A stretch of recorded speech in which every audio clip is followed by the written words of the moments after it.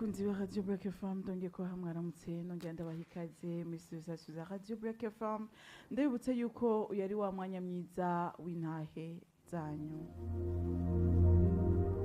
ndabibutse yuko mushobora kuturungikira intahe muciye kuri 65 amajana 69 amajana 69 cyangwa se mugashobora no kutwakura tukabasanga aho muherereye kugira mushobora kuduha intahe zanyu. Umunwa nuwi wanje Ahmila ariko amajambo na ya Betty. Jewe Betty ndumukenyezi ndubatse ariko ngende babwire intahe yo mu bukumi bwanje kuko hari ikintu cyankomerekeje numva yuko nubu ntoba ncibabarira. Rero muti intahe yanje imeze gute? Jewe Betty nyiri umwigeme nk'abandi bigeme bose murazi yuko iyo umwigeme ageze mu bigero araronderwa n'aba akaronderwa n'abariya. Narondewe n'umuhungu yitwa Prosper maze nukuri turaba mu rukundo na cyane cyane yuko ryari rya mbere twatwinjiye jewe ubwanje nayo ninjiye mu rukundo. Twarakundanye tubana hafi aranyitsaho ntacyo atampaye ntako atambaye hafi nukuri ibintu byari bimeze neza cyane.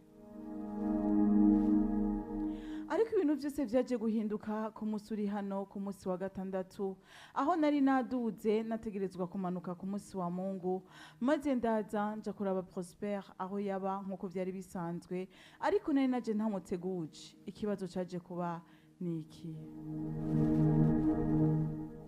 Nagize ndashika nkiraba hanze mu rugo mbona umuryango urugaye mugabo wugariye indani ndugurura kuko nari nsanzwe mfise urufunguruzo biranka kuguruka mbona yuko hugariye indani maze nitaho kudodora ndadodora ndadodora numva nta witaba mugabo haheze umwanya aho ndiko ndabaza ababanyi kuko ababanyi bari basanzwe banzi ndiko ndabaza ababanyi ati mbega mumenyera Prosper yagiye hehe?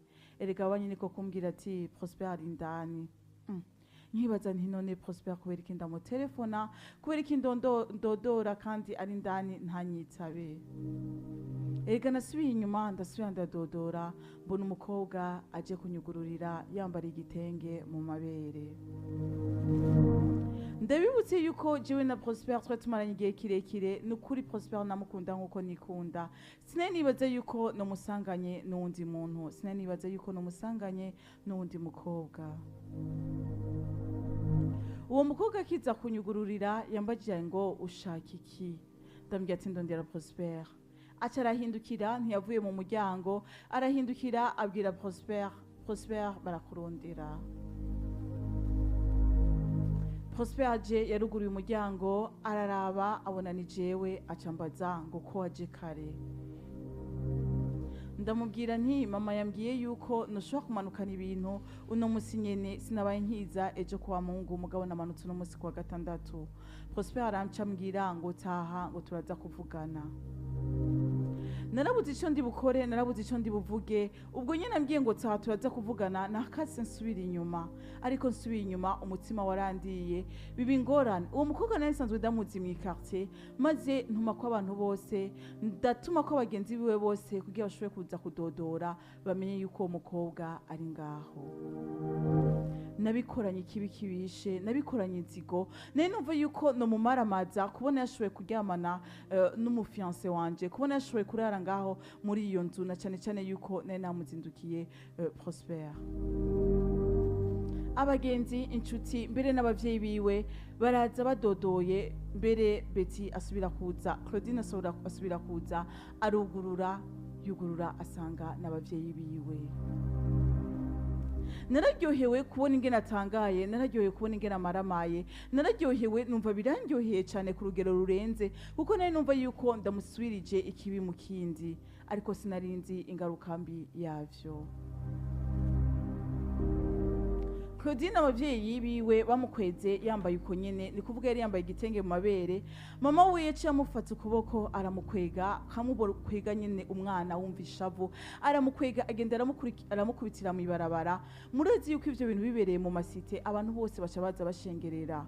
Nukuri abantu bose baraje barashengerera, baramuzomera mwibarabara ryose, mi quartier yose bari bazi yuko Claudine yagiye kuryamana na Prosper.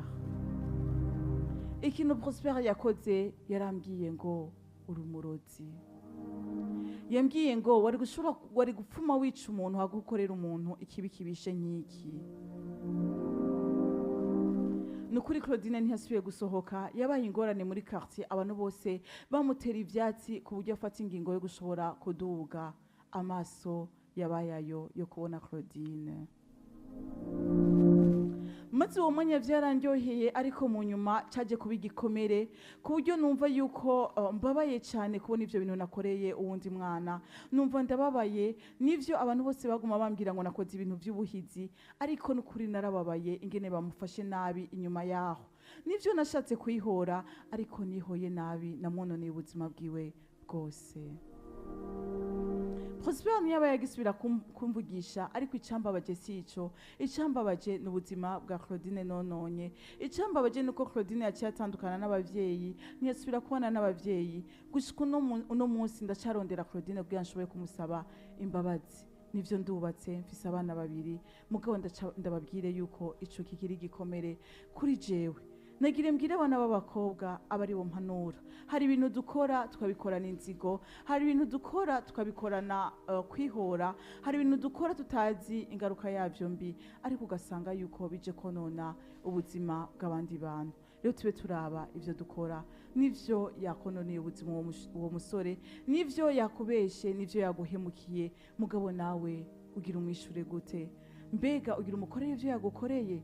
Mbega nubona yuko ari uzobubaye mubi gusumba? Jewe ndacafise igikomere cyuko nakomerekeje Claudine. Mbega nawe ni wabikora nkanje uzobifise igikomere cyuko wababaje nde? Murakoze. Intahe yari iwanje Betty.